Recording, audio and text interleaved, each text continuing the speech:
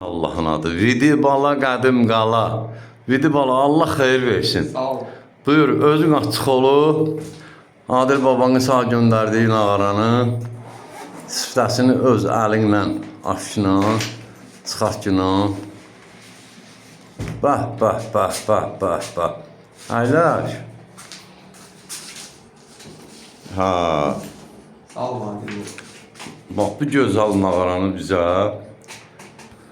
bizim dəyərli ağsaqqalımız, dəyərli sənətkar, dəyərli usta, Respublikanın nömrə 1 ustası Adil usta sağ olsun, öpürəm.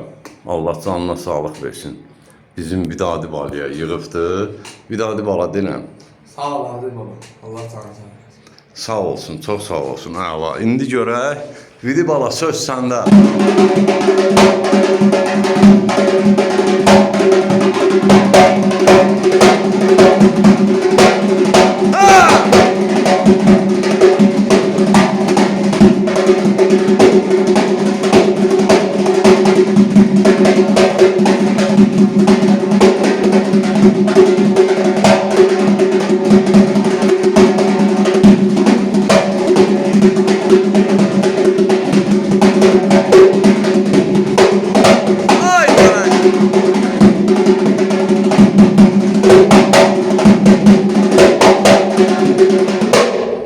Sağ ol ay Vidi bala.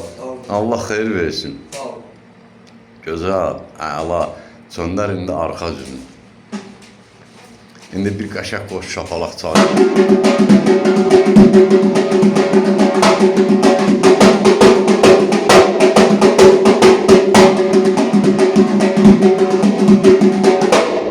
Bir sağlı sollu trimol ver. Bir şutma qazağı çıkıyor.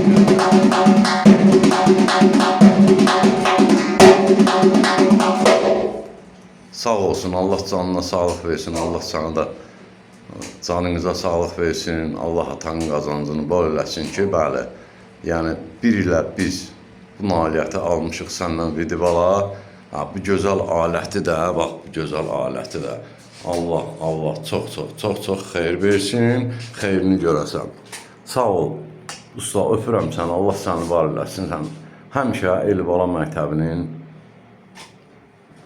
nağaralarını həmişə siz düzəldib bizim gözəl balalara təqdim edirsiniz. Bax, bu Vidi bala, qədim qala da bizim Elmir bala, Gül balanın qohumudur.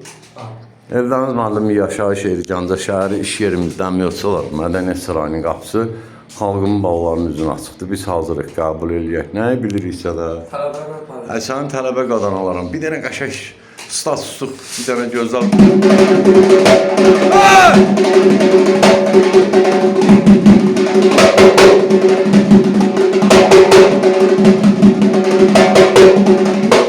Sağ ol ay Vidi baba, sağ ol.